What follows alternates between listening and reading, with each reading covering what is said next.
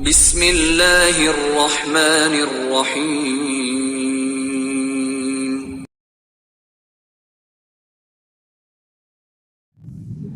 Assalamualaikum warahmatullahi wabarakatuh. Alhamdulillah wassalatu wassalamu ala rasulillah wa ala alihi wa sahbihi wa man wala. Subhanaka la ilma lana illa ma 'allamtana innaka antal alimul hakim wa tub 'alaina innaka antat tawwabur rahim. Wa la haula wa la quwwata illa billahil aliyyil azim. Rabbi shrah li sadri wa yassir li amri wa hlul 'uqdatam min lisani yafqahu qawli, amma ba'd. Masirul muslimin, jamaah kajian Ahad pagi yang dirahmati Allah Subhanahu wa taala. Puji syukur kita panjatkan kehadirat Allah. Pagi hari ini kita masih diberikan kekuatan oleh Allah Subhanahu wa taala bisa melangkahkan kaki kita menuju majelis yang mulia ini. Mudah-mudahan apa yang kita lakukan pagi hari ini merupakan amal saleh yang diterima Allah Subhanahu wa taala sebagai tambahan pahala kita di bulan Ramadan ini, dan mudah-mudahan seluruh amal kita, ibadah kita diterima Allah Subhanahu wa taala. Amin ya rabbal alamin. Jamaah yang dirahmati Allah Subhanahu wa taala, kita lanjutkan kajian kita dari kitab tentang 40 hadis peristiwa akhir zaman untuk menguatkan keimanan kita dan ketakwaan kita kepada Allah Subhanahu wa taala. Di hadis yang kedua itu disebutkan tentang mengapa dunia Islam itu menjadi sasaran pemusnahan. Jadi dari zaman ke zaman itu dunia Islam senantiasa menjadi sasaran pemusnahan. Tidak hanya di negeri-negeri kafir ya, bahkan di negeri muslim sendiri itu ada keberanian orang-orang kafir untuk mengganggu, menistakan Islam itu. Di negeri kita sendiri tidak seperti pada zaman dahulu yang sekarang ini perkembangannya seperti itu. Di negeri yang mayoritas muslim, orang-orang kafir berani untuk menistakan Islam itu sendiri. Mengapa demikian? Ini mestinya ada introspeksi ya pada diri kita sebagai muslim. Mengapa orang-orang kafir itu seperti itu? Tidak memiliki rasa takut terhadap perbuatan yang mereka tidak semestinya mereka lakukan. Di dalam hadis yang kedua ini, yaitu yang bersumber dari istri Rasulullah SAW, dari Bukhari dan Muslim, muttafaqun alaih. Hadisnya ini muttafaqun alaih, yang cukup kuat hadisnya ini. Bunyi hadisnya, an ummil mukminina Zainab binti Jahsy radhiyallahu anha.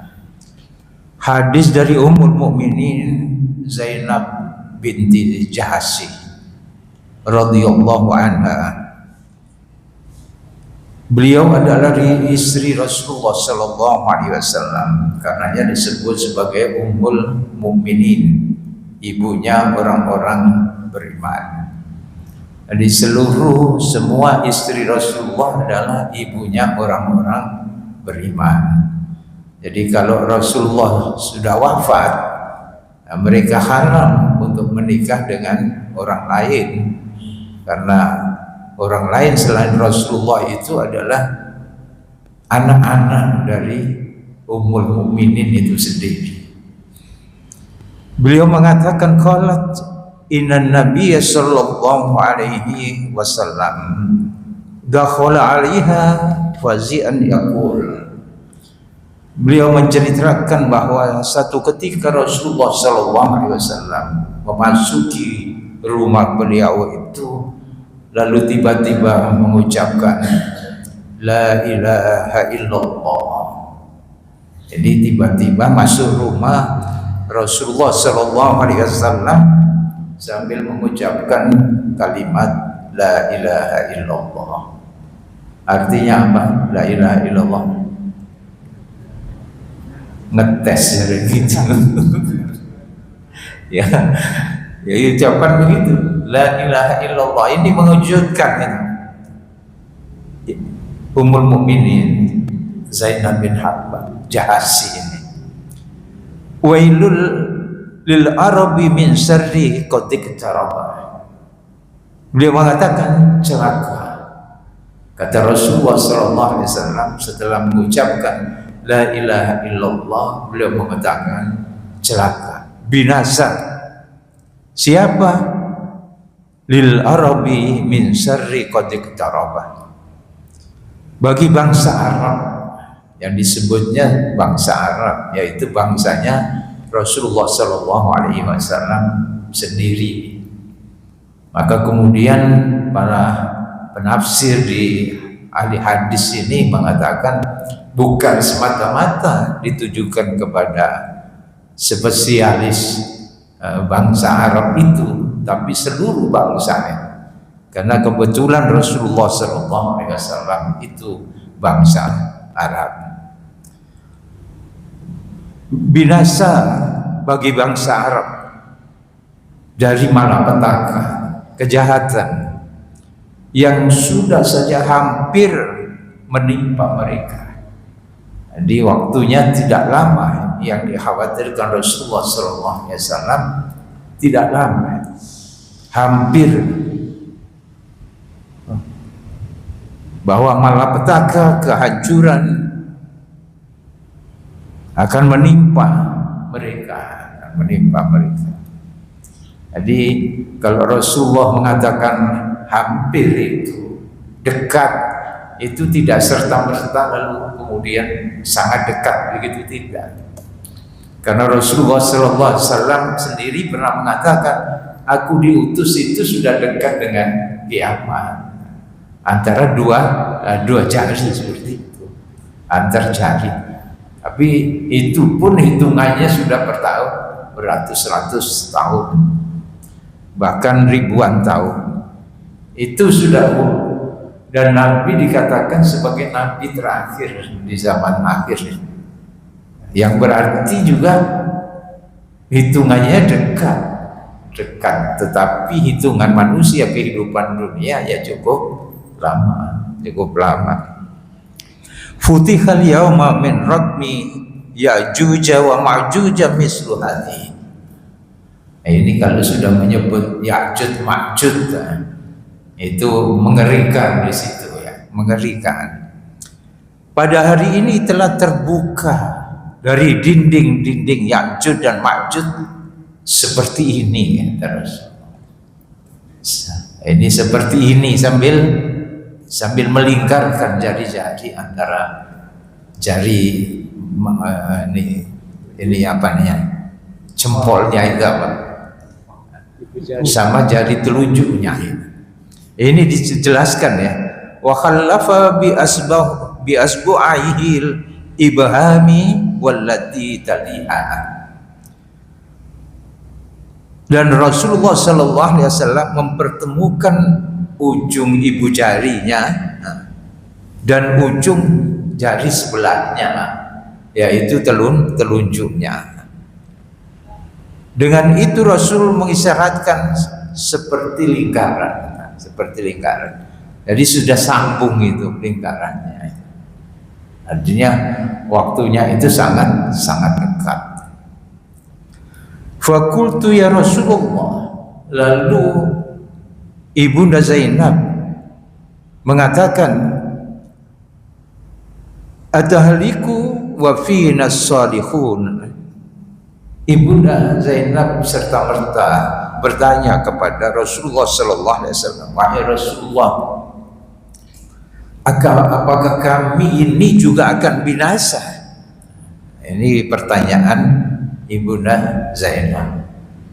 Jadi istri-istri Rasulullah sallallahu alaihi wasallam itu juga cerdas-cerdas, sehingga hadis ini bisa berjalan lebih jelas atas pertanyaan-pertanyaan istri Rasulullah Sallallahu Alaihi Wasallam.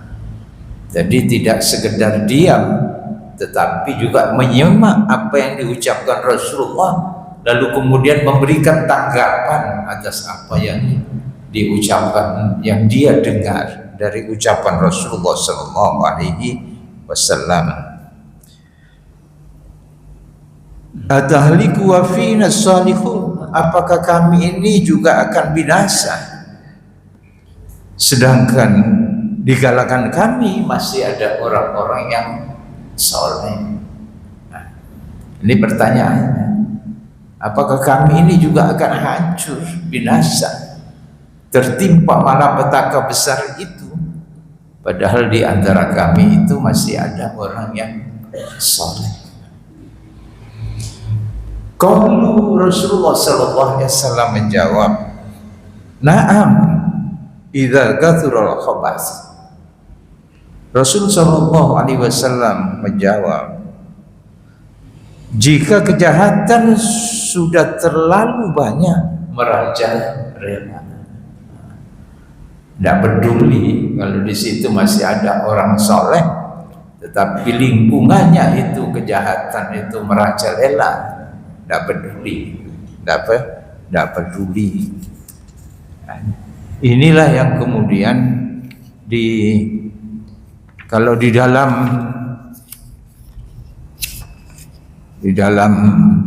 ayat Al-Quran Karim dikatakan apa bunyinya ayat Al-Quran?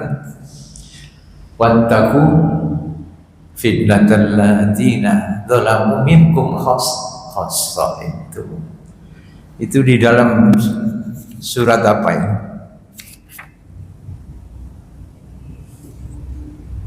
Wattaqu fitnatal ladzina dzalamu minkum khassa. Itu di dalam surat yang ke-7 kalau nggak salah ya, 7 ya.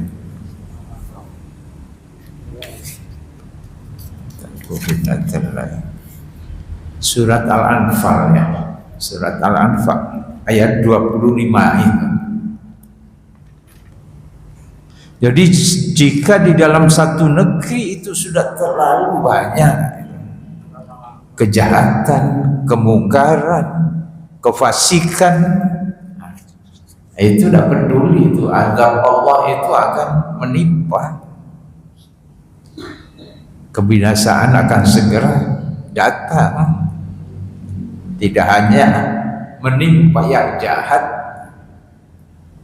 tetapi juga akan yang terkena itu orang-orang yang soleh. Di dalam ayat 25 itu, wattaqu fitnatal la tusibannal ladzina zalamu minkum khassa. Takutlah kalian, pelihara dirimu dari siksaan atau azab yang tidak hanya menimpa kepada yang zalim saja di antara kalian, tidak hanya menimpa yang zalim saja di antara kalian. Wa'lamu annallaha sadidul iqab, ketahuilah bahwa Allah itu sangat keras siksa. Barangkali begini, ketika ditimpa yang soleh juga ditimpa, lah awakmu ini lampung gitu. Di situ ada kezaliman kok menang kayak gitu. Memang tugas kita ini kan amar ma'ruf nahi mungkar. Amar ma'ruf nahi mungkar itu juga ada tahapan-tahapan dan sesuai dengan kapasitas dan juga tentang sesuai dengan kemampuan kita. Karenanya hadis Nabi, kalau ada kemungkaran maka cegah dengan tanganmu yang pertama. Kalau kita mampu, cegah dengan tangan. Kalau tidak mampu dengan tanganmu, ya dengan ucapan lisanmu, tuturono gitu. Angel begitu. Ya, dituturi ya bidekai angel aja deh. Cari pasemat nih. Angel. Itu kalau mampu masih mengucapkan. Dan ini juga berisiko, ucapan itu berisiko. Ya berisiko dikucilkan, ya berisiko ya diantemi, berisiko di penjara dan lain sebagainya. Itu dengan ucapan.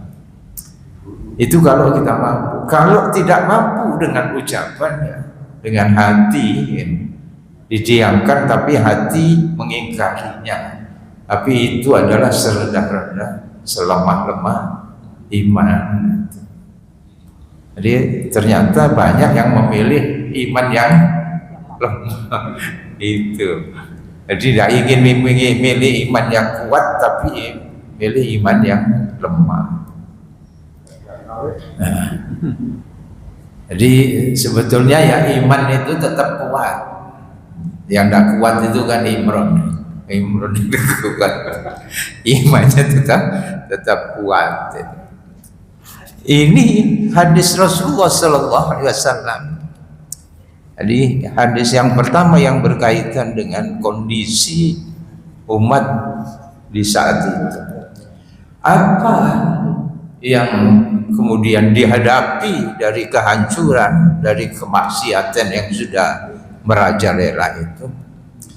Jadi hadis ini menerangkan apabila suatu negeri, satu daerah sudah terlalu banyak kejahatan, kemungkaran merajalela, tidak ada perda di situ, tidak ada hukum yang ditegakkan misalnya, masyarakat juga acuh-acuh. Dari kemungkaran, kefasikan ini merajalela, maka kebinasaan akan menimpa semua orang. Di kehancuran, ketidaktentraman itu akan menimpa semua orang yang berada di negeri itu, di daerah itu. Dan kehancuran, malapetaka itu, ketidaktentraman, ketidakamanan itu tidak hanya menimpa orang yang jahat saja. Bahkan kadang-kadang sebaliknya, yang jahat aman, yang tidak jahat tidak aman, karena diteror oleh orang-orang yang jahat. Jadi yang soleh tidak pernah meneror yang jahat, malah yang jahat meneror yang soleh. Sudah terjadi apa enggak sekarang ini? Ya kita bisa merasakan ya. Meskipun di wilayah-wilayah yang kecil misalnya, ada skala yang seperti itu, bahkan sampai dibunuh segala orang soleh itu. Di negeri kita, wallahu a'lam ya, wallahu a'lam. Maka segala jenis kemungkaran dan kefasikan hendaklah kalian perangi. Nah, ini tugas kita, amar ma'ruf nahi munkar, jihad fi sabilillah. Kita sudah melihat ya kejadian jihad di kita itu ya seperti itu risikonya. Akhirnya penjara yang menanti mereka. Pada awal zaman kemerdekaan sudah seperti itu. Berapa banyak dari tokoh muslim itu yang kemudian dipenjara tanpa bukti hukumnya, keputusan pengadilan. Di negeri-negeri lain juga begitu. Para ulama kita juga banyak yang dipenjara. Imam Ahmad bin Hanbal misalnya, dan imam-imam madhab yang lain, termasuk Imam Syafi'i juga pernah dipenjara seperti itu. Karena amar ma'ruf nahi munkar, menyampaikan pemikiran-pemikiran yang tidak sesuai dengan arus yang ada di situ. Bahkan ada yang sampai wafat di penjara itu untuk menegakkan kalimat Allah Subhanahu wa ta'ala, yaitu berjihad.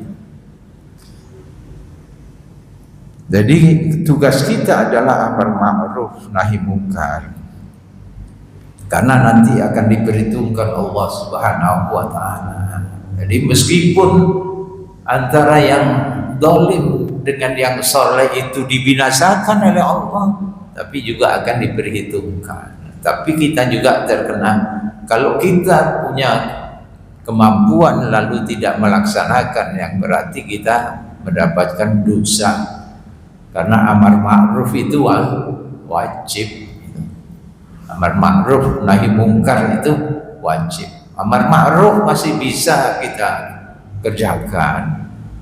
Ada kezaliman ya, kita ajak makan, lalu kita ajak sholat, kita berikan tausiah, nasihat, masih bisa.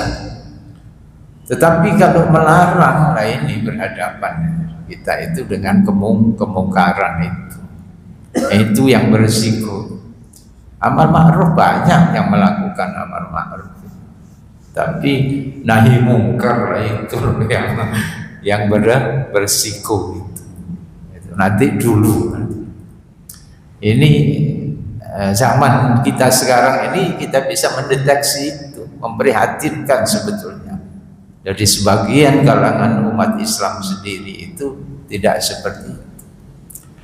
Di dalam hadis yang lain, kehancuran satu bangsa itu dikarenakan mereka meninggalkan kewajiban amar ma'ruf nahi mungkar. Maka timbul kekacauan, timbul fitnah yang besar, ketidaktentraman dan lain-lain, ketidaknyamanan, ketidakamanan, kekacauan itu dikarenakan mereka meninggalkan yang namanya amar ma'ruf nahi mungkar. Maka setelah terjadi kekacauan,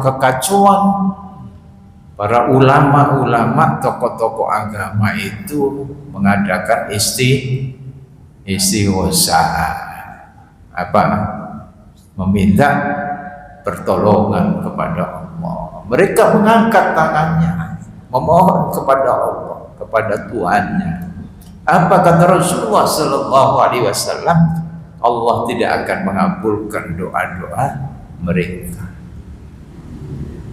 Barangkali malaikat barang melok cawe-cawe, wingi lapo ae kon saiki wis ngene kok terus begitu gitu. Ini di dalam hadis yang lain sudah disampaikan seperti itu. Dan di dalam hadis ini disebutkan pula secara khusus tentang bangsa Arab, tadi sudah kita sampaikan. Tetapi bukan berarti yang dimaksud adalah seluruh bangsa yang ada yang dimaksud adalah seluruh bangsa di dunia ini. Tidak hanya meliputi bangsa Arab. Ini yang disarah dari hadis ini.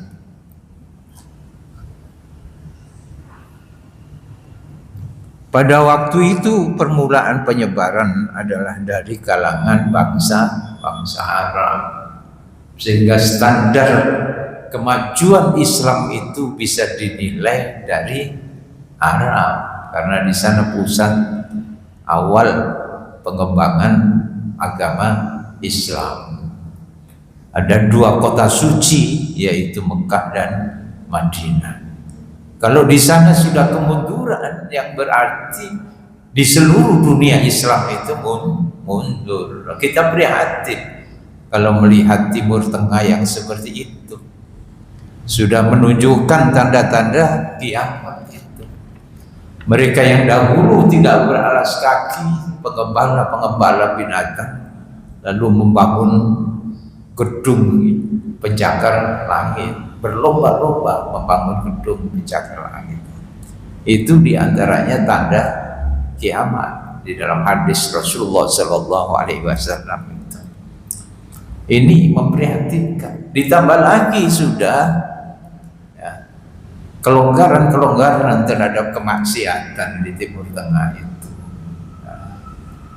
Kalau di kota-kota besar sekarang seperti Abu Dhabi dan lain-lain itu, saya belum ke sana memang ya lihat di TV aja, lihat di YouTube apa yang diperbuat kehidupan di sana, ya, jauh dari syariat agama itu sudah berkembang.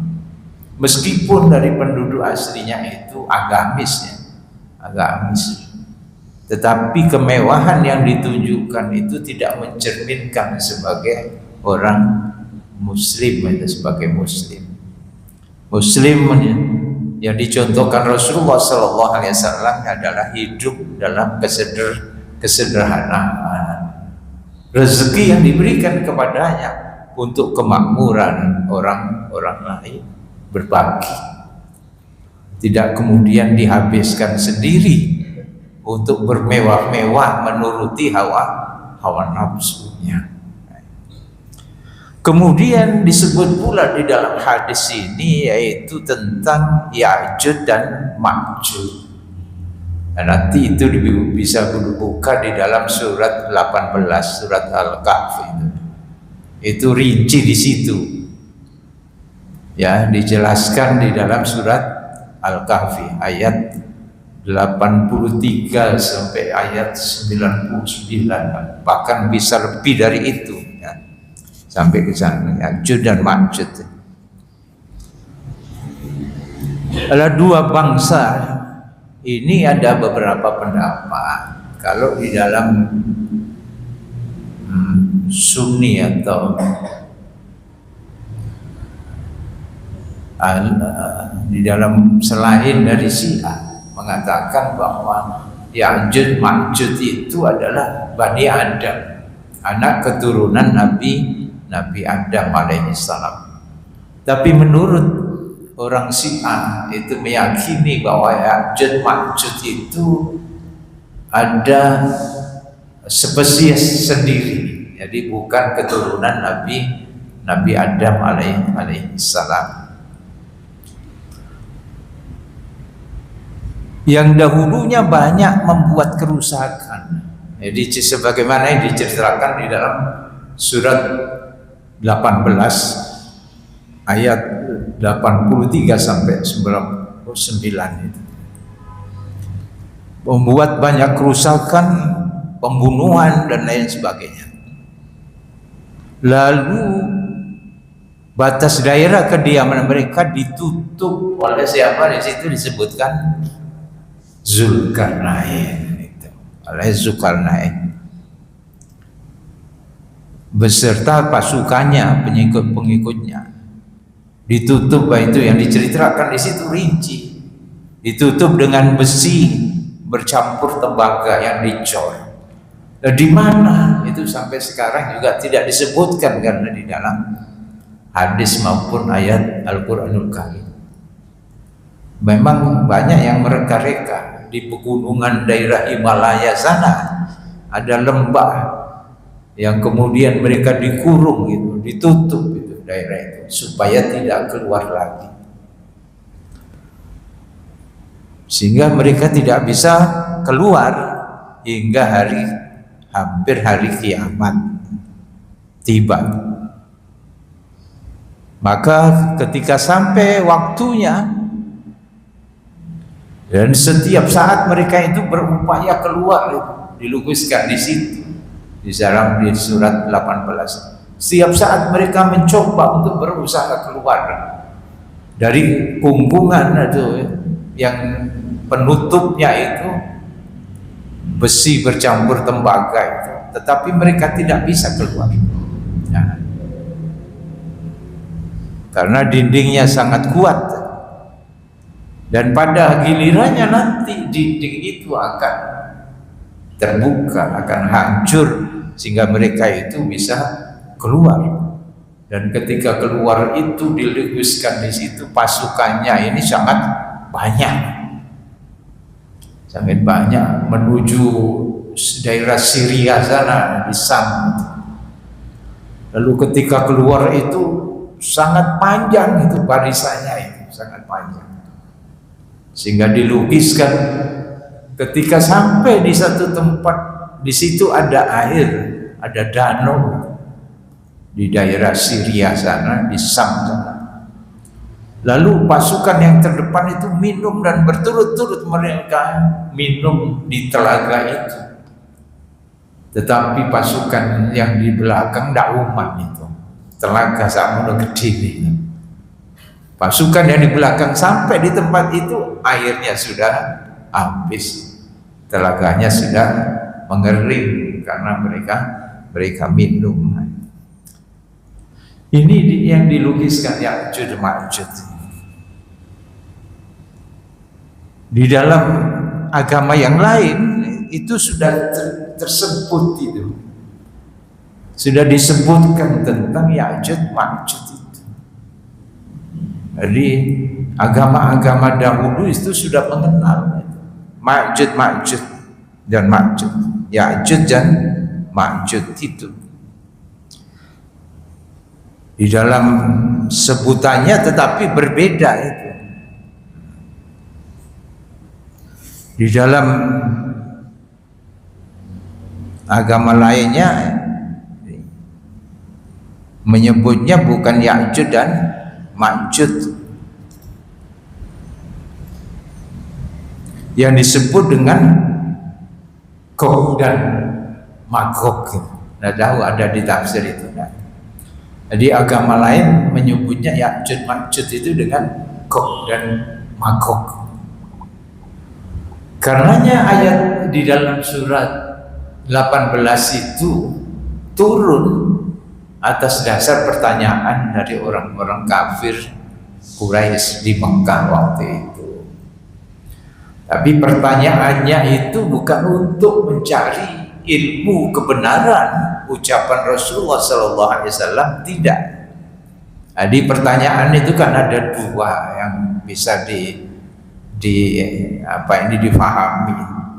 Ada pertanyaan itu mencari ilmu, mencari kebenaran, seperti karena di Al-Quran kan disebutkan yas'alunaka anil ahillah misalnya. Ada dua sahabat yang bertanya kepada Rasulullah SAW, Mu'adz bin Jabal dan Salabah bin Ghanamah waktu itu bertanya tentang anak bulan.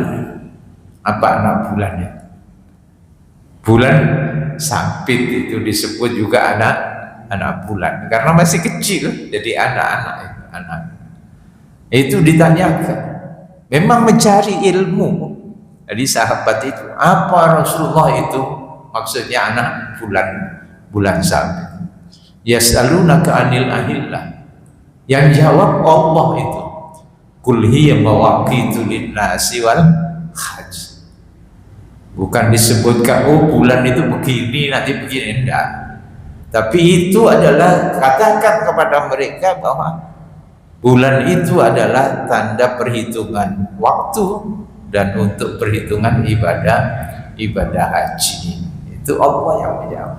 Dan ini pertanyaan yang benar itu begitu, mencari ilmu dan kebenaran. Tetapi orang-orang kafir ini bertanya kepada Rasulullah bukan untuk mencari kebenaran, tetapi untuk menghinakan Rasulullah, menjatuhkan martabat Rasulullah. Kalau nanti Rasulullah itu tidak bisa menjawabnya, nah ini jatuh, kan itu. Jadi orang kafir itu hanya untuk menistakan Rasulullah. Tetapi kemudian ayatnya turun itu, ya. Makanya saya tadi juga ambil kitab tafsirnya di situ, ya.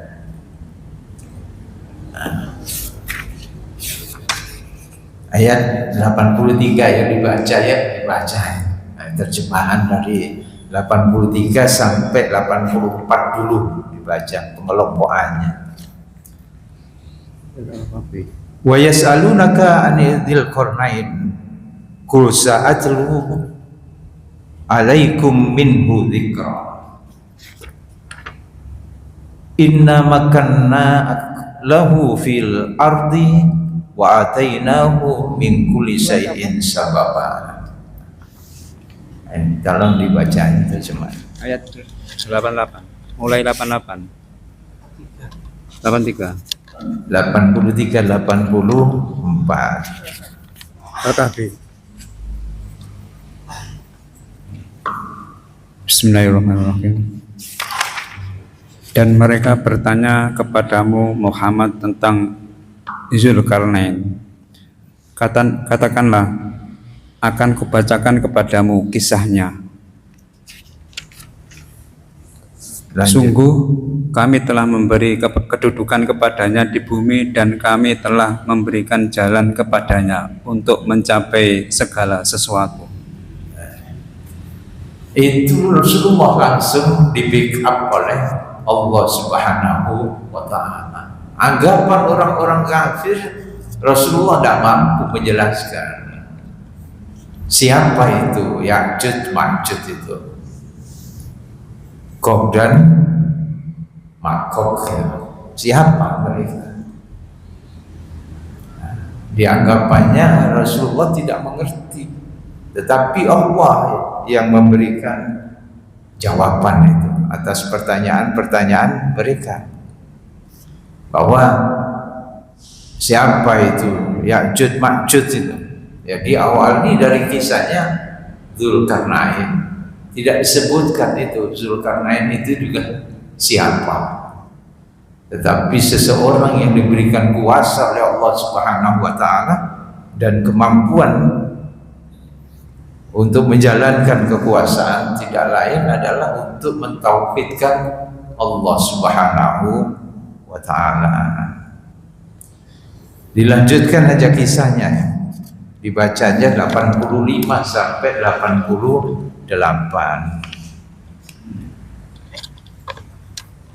Nanti biar Maka dia pun menempuh suatu jalan hingga ketika dia telah sampai di tempat matahari terbenam, dia melihatnya matahari terbenam di dalam laut yang berlumpur hitam, dan di sana ditemukannya suatu kaum tidak beragama.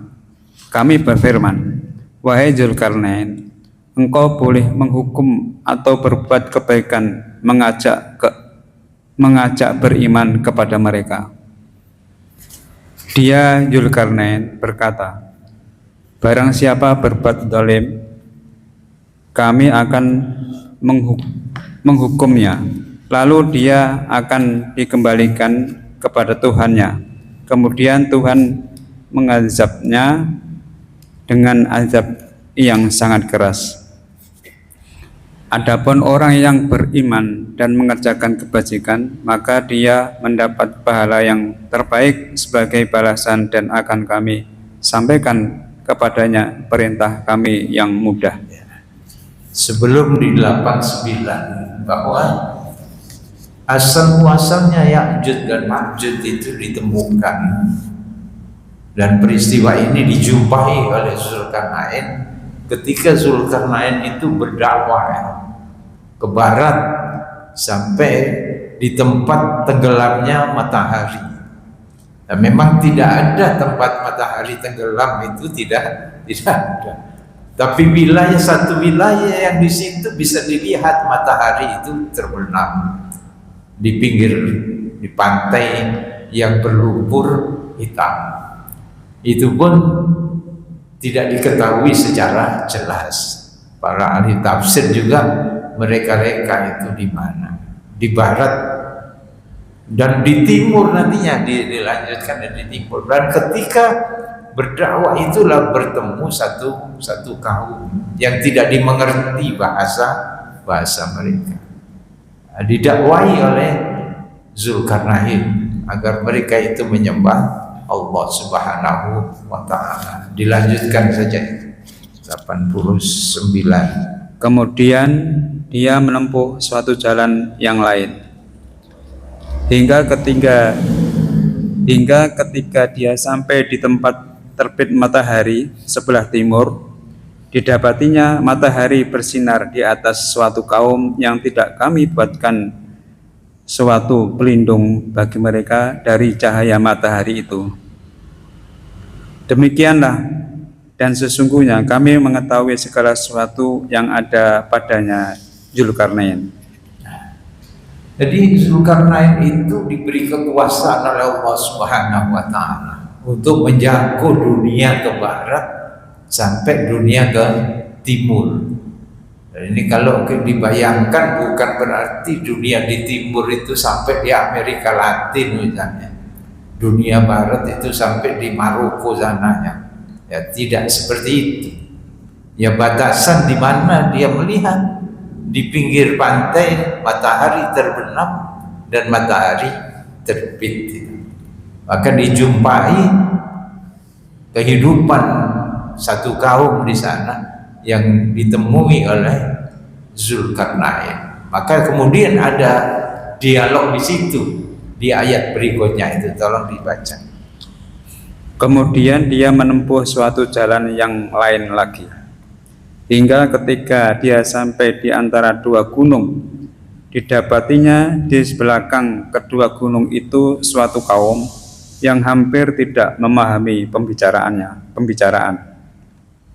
Mereka berkata, "Wahai Zulkarnain, sungguh Ya'jud dan Ma'jud itu sekelompok manusia berbuat kerusakan di bumi. Maka bolehlah kami membayarmu imbalan agar engkau membuatkan dinding penghalang antara kami dan mereka." Dan Zulkarnain berkata, "Apa yang telah dianugerahkan Tuhan kepadaku lebih baik daripada imbalanmu. Maka bantulah aku dengan kekuatan agar aku dapat membuatkan dinding penghalang antara kamu dan mereka. Berilah aku potongan-potongan besi, hingga ketika potongan besi itu telah terpasang sama rata dengan kedua puncak gunung itu, dia Zulkarnain berkata, tiuplah api itu. Ketika besi itu sudah menjadi merah seperti api, dia pun berkata, berilah aku tembaga yang mendidih agar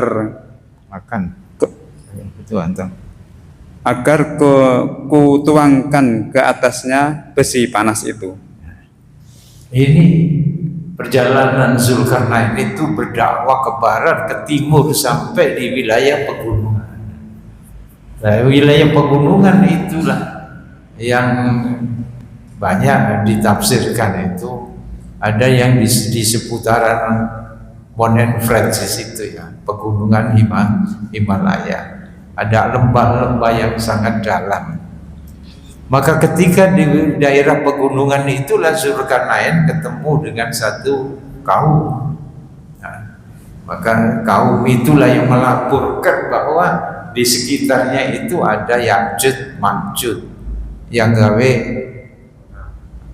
yang bagi seru terus itu ya di masyarakat situ, yang membuat ketidaktentraman kehidupan masyarakat di situ, membahayakan kehidupan masyarakat, sehingga masyarakat itu lapor minta tolong kepada Zulkarnain.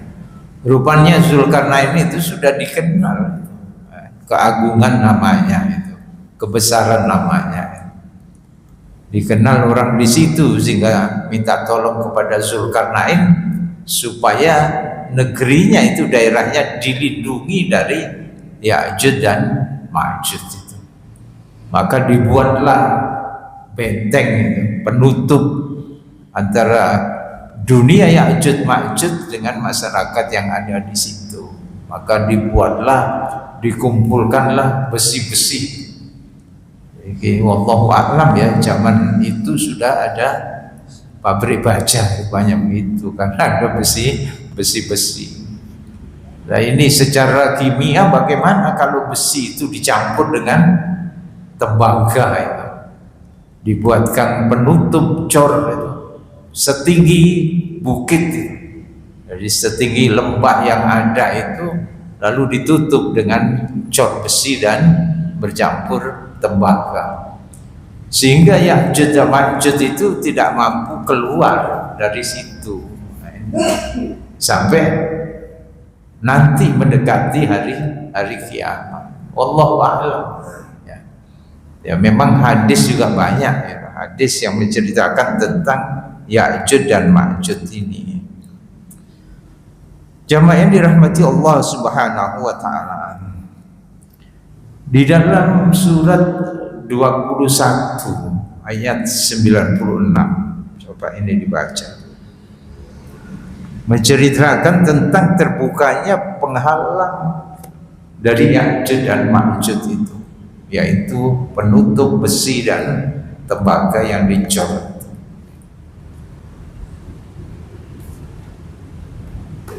Ayat 26. Ayat 96 surat 21 Al-Anbiya ya. Bismillahirrahmanirrahim. Hingga apabila tembok Ya'juj dan Ma'juj dibukakan dan mereka turun dengan cepat dari seluruh tempat yang tinggi, dan apabila janji yang benar hari berbangkit telah dekat, maka tiba-tiba mata orang-orang yang kafir terbelalak. Mereka berkata, alangkah celakanya kami benar-benar lengah tentang ini, bahkan kami benar-benar orang yang zalim. Itu diceritakan juga bahwa Allah yang berfirman, nanti penutup itu juga akan terbuka. Adanya Ya'juj Ma'juj, adanya Zulkarnain, itu semuanya juga atas izin Allah. Semua yang terjadi ini kan atas izin Allah. Jadi pembuat onar, kehancuran, kerusuhan itu juga atas izin Allah, yaitu dihadapkan dengan masyarakat misalnya yang lemah berdakwah, misalnya begitu ya, yang tidak melaksanakan amar ma'ruf nahi mungkar. Lalu di sisi lain ya ditimbulkan kejahatan yang semakin merajalela. Itu atas izin Allah, yaitu untuk ujian, cobaan bagi orang lain yang soleh itu. Jadi bukan terjadi dengan sendirinya, memang semuanya karena satu dengan yang lain di dalam kehidupan ini. Wallahu ja'alnakum wa ja'alna minkum di dalam surat Al-Anbiya, bahwa di antara kalian itu satu dengan yang lain itu sebagai ujian, cobaan. Itu loh. Surat apa itu ya?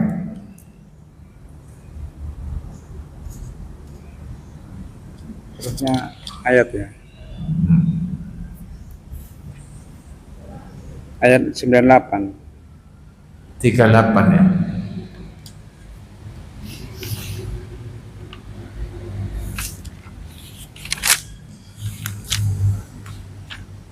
Jadi kalau ada orang soleh lalu bukan berarti tidak diuji oleh Allah, maka diuji kesolehannya itu.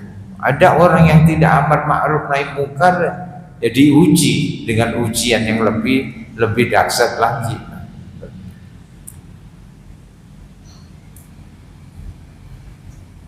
Jadi yang satu dengan yang lain itu dijadikan ujian. Nah, itu di dalam ayat itu disebutkan seperti itu. Jadi Ya'juj Ma'juj itu bukan makhluk jadi-jadian gitu. Kayak apa itu? Kayak babi ngepet gitu. Gitu ya. Bukan makhluk jadi-jadian, memang makhluk beneran. Bukan monster, bukan dari jin dan lain-lain, tapi diyakini bahwa mereka itu adalah keturunan Adam alaihissalam, adalah keturunan Adam.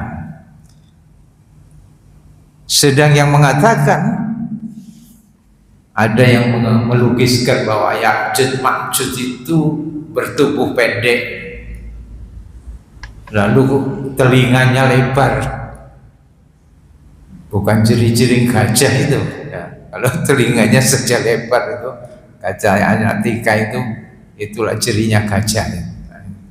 Bukan yang telinganya lebar itu lalu wajahnya buruk, itu memang ada ya, yang sempat didengar cerita-cerita seperti itu. Tapi apa yang diceritakan yang seperti itu hanyalah karangan Israiliyat. Jadi di zaman-zaman Bani Israel itu membuat. Jadi zaman Bani Israel sudah ada itu cerita tentang Ya'juj Ma'juj itu, sehingga mereka melukiskan, menggambarkan bahwa Ya'juj dan Ma'juj itu bentuknya seperti itu. Hanya karena mereka tidak tahu saja, sehingga mereka itu mereka yasa, mereka reka. Orang yang pertama di dalam surat 18 sampai 101 tadi, sampai jadi dua ayat lagi dibaca. Melanjutkan ayat. Ya.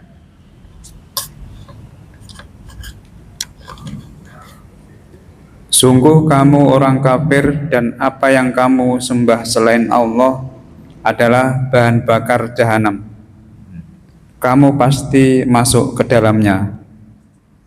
Seandainya berhala-berhala itu Tuhan, tentu mereka tidak akan memasukinya neraka, tetapi semuanya akan kekal di dalamnya.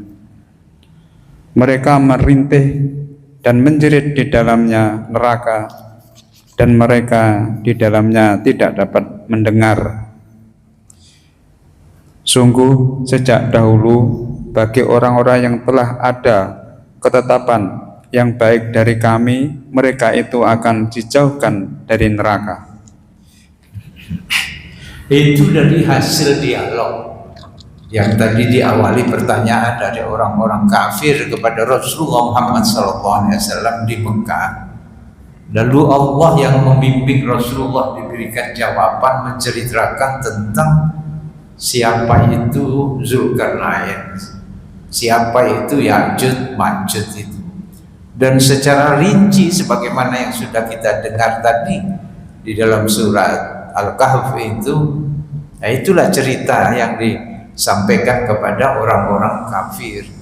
Lalu ditutup dengan dakwah Rasulullah itu, yaitu supaya mereka itu tidak menyembah berhala, tetapi menyembah Allah Subhanahu wa Ta'ala. Coba dibuka lagi tadi di dalam ayat surat 21 ya, ayat 96 dan 97. Tadi sudah dibaca ya? Sudah dibaca ya? Nah, ini.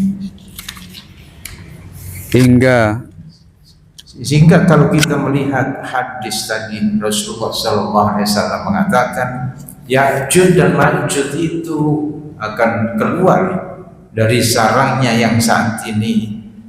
Di dalam cerita-cerita ada juga yang menginformasikan kadang-kadang di pegunungan Himalaya itu terdengar suara gaduh dan benturan-benturan itu di dalam lembah-lembah itu.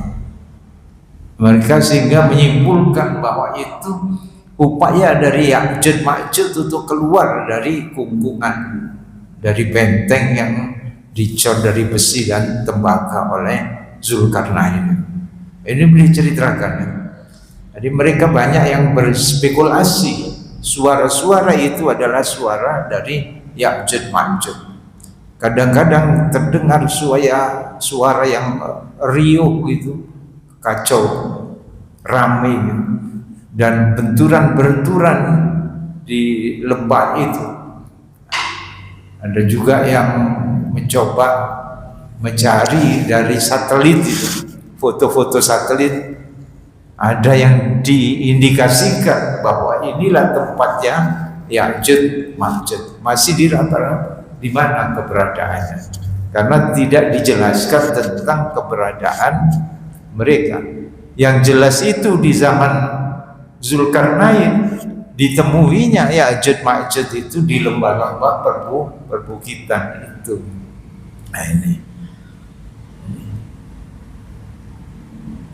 jamaah yang dirahmati Allah Subhanahu wa Ta'ala, Ya'juj dan Ma'juj itu yang jelas akan keluar, yaitu pada hari ini akan menjelang akhir.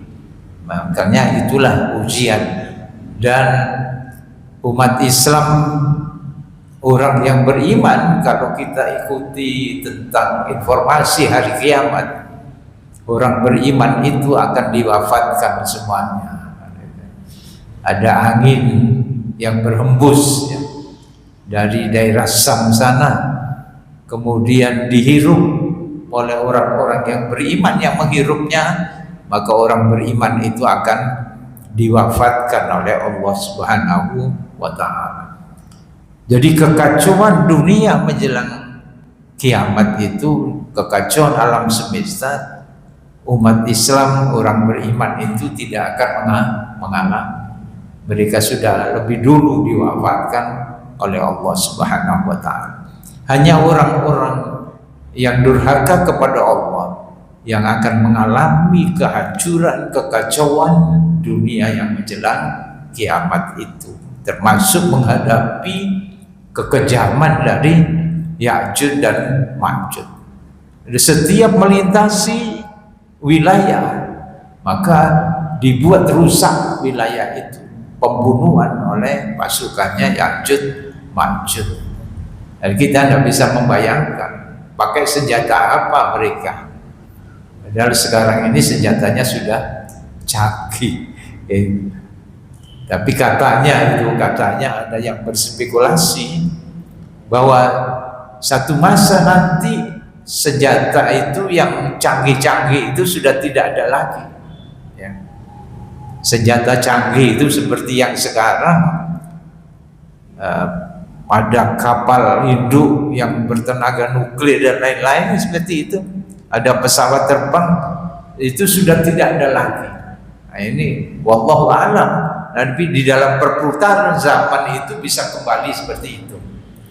Makanya lalu kemudian konvensional itu akan timbul kembali. Kendaraan yang dipakai adalah kuda, unta dan lain sebagainya. Senjatanya ya senjata di zaman dulu, yaitu tombak, pedang, panah dan lain seperti itu, konvensional. Wallahu a'lam. Jamaah yang dirahmati Allah Subhanahu wa ta'ala. Dan ini kalau menurut Al-Quran pasti yang kita yakini, kita imani bahwa peristiwa yang seperti ini juga akan terjadi. Ini bahasan kita pagi hari ini. Mungkin ada yang perlu ditambahkan, ada punya cerita sendiri tentang Ya'juj dan Ma'juj, atau mungkin pernah bertemu dengan Ya'juj Ma'juj yang bisa diceritakan. Silakan. Ada yang pernah ketemu? Oh, saya. Nanti ada yang orang yang telinganya lebar itu Ya'juj. Silakan ditambah. Pak Arifin, Pak, masa buat.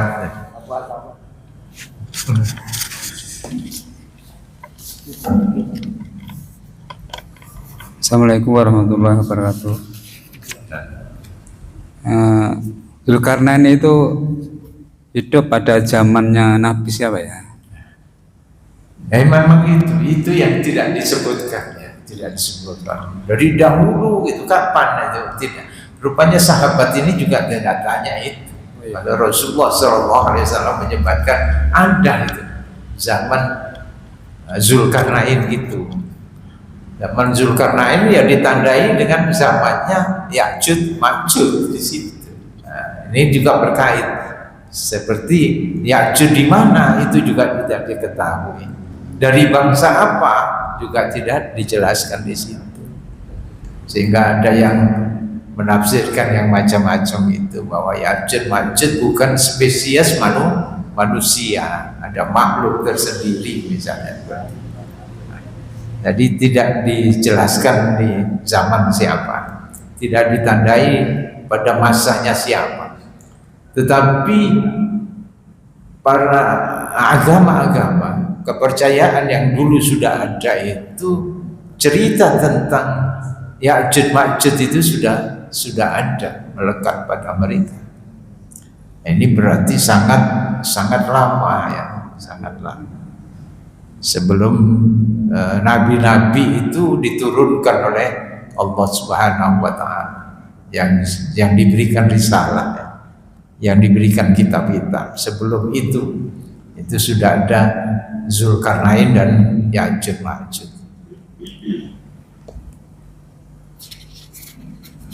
Ada yang menambahkan, monggo.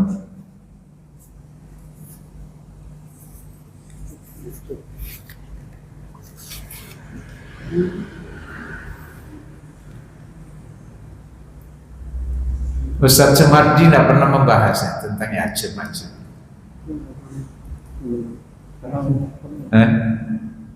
Tidak ada yang tidak pernah membahas tentangnya.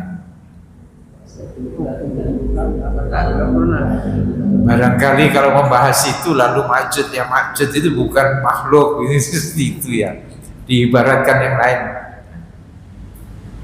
Tetapi di surat Al-Kahfi itu jelas seperti itu. Kalau diterima apa adanya yang difirmankan Allah di dalam Al-Quran, ya seperti itu yang kita yakini. Ada makhluk ciptaan Allah di mana yang tersembunyi sekarang itu dan menjelang kiamat akan dikeluarkan, Allahu a'lam. Ya, kalau kita diibaratkan semut saja itu bisa bersarang di dalam tanah dan tidak setiap waktu dia keluar. Nah itu, kalau diibaratkan seperti itu, maka Ya'juj dan Ma'juj juga bersarang di mana dan kapan dikeluarkan. Seperti rama-rama, apa ini, laron ya. Laron tidak setiap waktu dia keluar, tapi di musim-musim tertentu dia baru keluar dari dalam tanah itu. Sebelum ayat ini kan diceritakan kisah Nabi Khidir dengan Nabi Musa itu ya, sebelumnya itu. Tapi tiba-tiba Allah kok memunculkan kisah Dzulkarnain ya. Ya, ini memang ada potongan di situ ya. Kan memang ayat Al-Qur'an itu tidak selamanya kemudian bertautan. Itu bisa menceritakan tentang kisah-kisah. Yang tadi menceritakan Nabi Khidir, Nabi Musa ya. Nabi Musa mungkin sebelum Nabi Musa, karena Nabi Musa sudah diberikan Taurat di situ, berarti sebelum Ya'juj Ma'juj ada. Jadi Ya'juj Ma'juj sebelumnya itu sudah ada Ya'juj Ma'juj, karena di Taurat sendiri juga menceritakan itu. Buktinya apa? Orang dulu yang mengikuti Taurat itu juga mengimani itu, mendengar cerita tentang Ya'juj Ma'juj. Sampai orang-orang kafir Quraisy saja juga mengerti tentang Gog dan Magog itu. Sebutannya berbeda.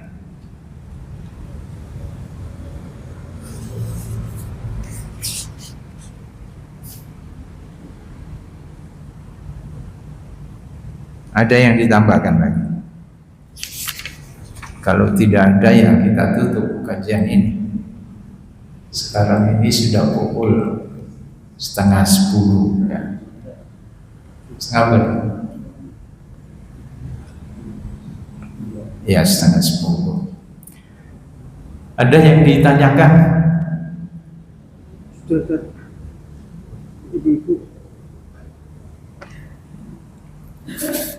Kalau tidak ada, kita tutup ya. Kita tutup dengan sebuah doa, tentunya mudah-mudahan kita diberikan kekuatan, sehat walafiat jasmani rohani kita, diberikan ketetapan iman, diberikan kemudahan sehingga dapat beribadah di bulan Ramadan ini dengan sebaik-baiknya, dan ibadah kita seluruhnya diterima Allah Subhanahu wa taala, yang pahalanya dilipat gandakan oleh Allah, yang berarti dosa-dosa kita semakin banyak diampuni Allah Subhanahu wa taala.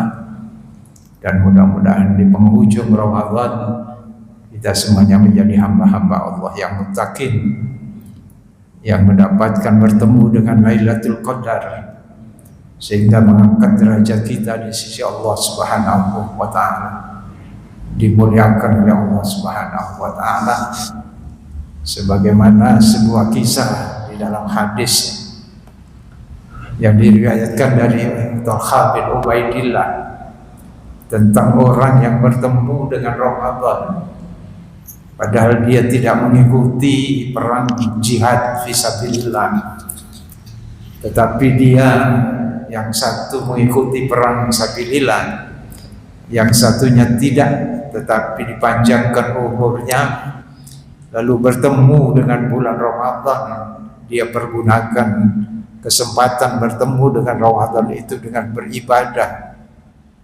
bersungguh-sungguh sehingga bertemu dengan Lailatul Qadar. Lalu Ubaidillah ini di dalam mimpinya bertemu dua orang pemuda ini. Tetapi yang lebih dulu masuk surga adalah orang yang dipertemukan dengan bulan Ramadan, sedangkan orang yang gugur sebagai syuhada itu masuk kemudian. Lalu mereka semua bertanya pada Rasulullah SAW, mengapa orang yang berjihad tidak masuk lebih dulu ke surga, sementara orang yang dipanjangkan umurnya itu masuk ke surga lebih dulu? Maka dijelaskan oleh Rasulullah SAW, bukankah mereka itu bertemu dengan bulan Ramadan? Maka di saat bulan Ramadan itu dia gunakan ibadah dengan sungguh-sungguh mencari keridhaan Allah, bahkan dia bertemu dengan Lailatul Qadar. Maka itulah yang mengangkat derajatnya sehingga dimasukkan ke surga lebih dulu. Mudah-mudahan kita semuanya di bulan Ramadan tahun ini dipertemukan dengan Lailatul Qadar sehingga kita dimasukkan di surga Allah Subhanahu wa taala dan dimuliakannya. Amin ya rabbal alamin. Marilah kita tutup dengan doa kafaratul majlis. Subhanakallahumma bihamdika asyhadu an la ilaha illa anta astaghfiruka wa atubu ilaik. Wassalamualaikum warahmatullahi wabarakatuh.